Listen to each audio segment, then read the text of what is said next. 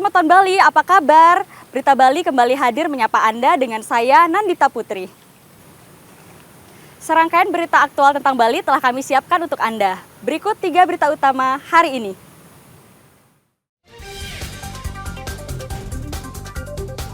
Warga dan pemangku desa adat ricuh saat pengukuran tanah Pelabepura di Seraya Tengah.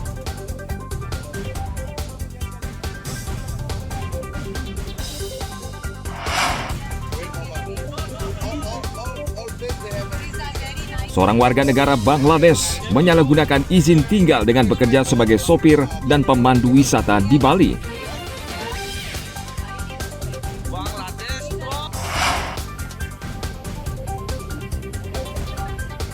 Desa wisata Pengeripuran Bangli dipadati ribuan wisatawan saat libur panjang Imlek dan Isra Miraj.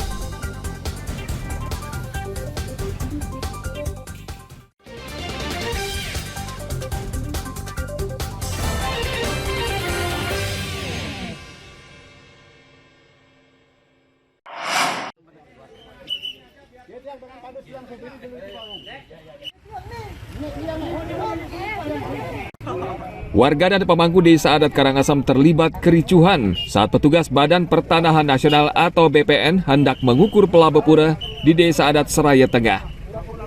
Ketegangan mulai terjadi ketika pihak desa adat Karangasem hendak mengukur ulang tanah Pelabepura Pusah di atas lahan seluas 60 are dan 77 are sesuai sertifikat. Sejumlah warga desa Seraya Tengah mengklaim tanah tersebut milik mereka dan telah ditempati secara turun-temurun.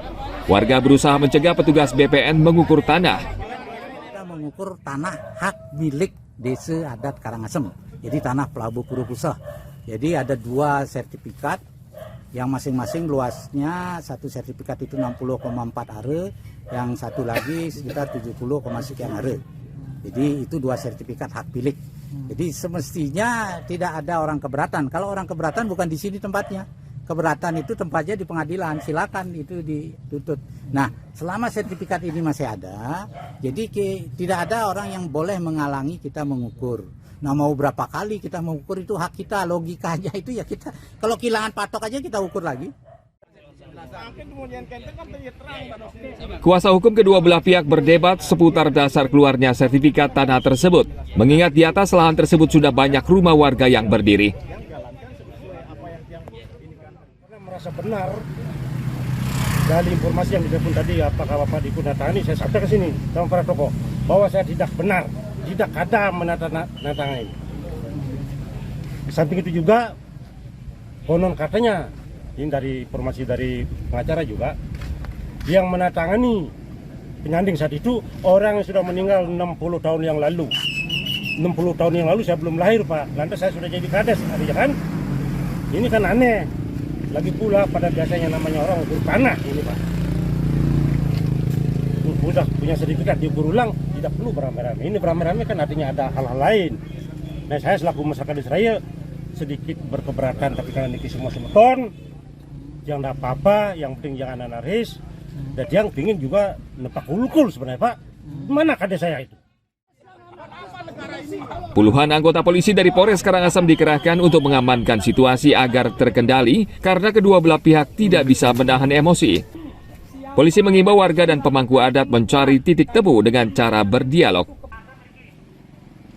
Tim Liputan melaporkan dari Kabupaten Karangasem.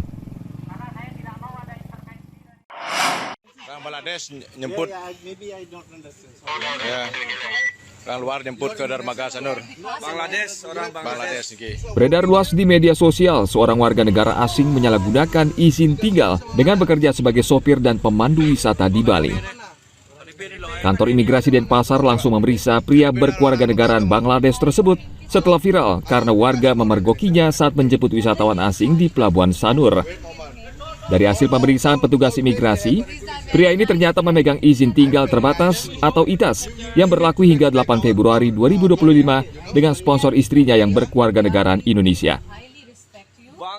Menurut Kepala Kantor Imigrasi atau Kakanim kelas 1 Denpasar, Rida Saputra, berdasarkan Undang-Undang Nomor 6 Tahun 2011 Pasal 61, warga asing masih diizinkan bekerja hanya untuk memenuhi kebutuhan keluarga. nggak tahu di sini tidak memang itu. Ya, memang nggak tahu bang. Saya minta maaf. Yang bersangkutan itu adalah warga negara Bangladesh dengan inisial MMF. Setelah dilakukan pemeriksaan awal, diketahui bahwa yang bersangkutan itu memegang izin tinggal terbatas selama 1 tahun dengan sponsor penyatuan keluarga, yaitu istrinya. Istrinya adalah warga negara Indonesia dengan inisial FN.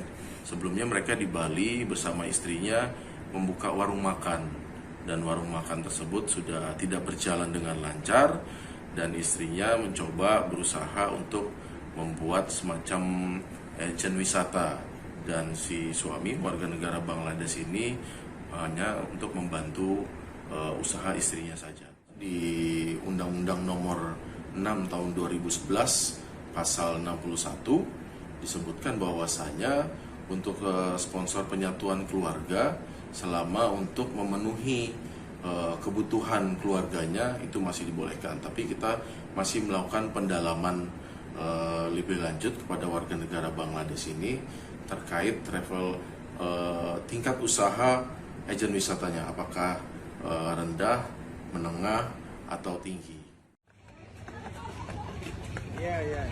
Meski tidak melanggar undang-undang keimigrasian, kantor imigrasi Denpasar tetap menyelidiki kasus ini. Apakah benar yang bersangkutan bekerja memenuhi kebutuhan istri dan 3 orang anaknya, atau bisa saja dia memiliki usaha dengan skala yang besar? Tim Liputan melaporkan dari Kota Denpasar.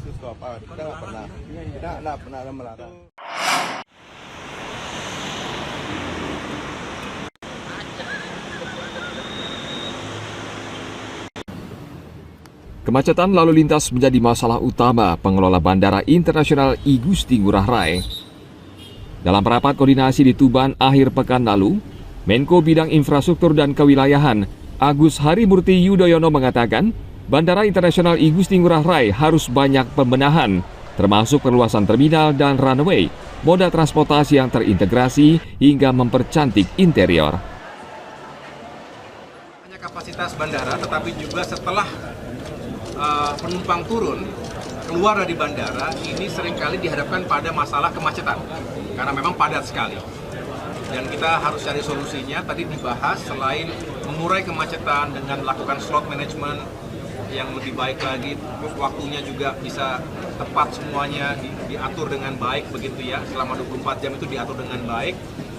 Kita juga memikirkan bagaimana mengoptimalkan upaya penggunaan moda lainnya. Jadi intermoda ini juga penting. Darat tentu, tetapi kita juga harus lebih fokus pada public transport, bukan kendaraan pribadi, tapi juga water taxi. Ini juga penting sekali.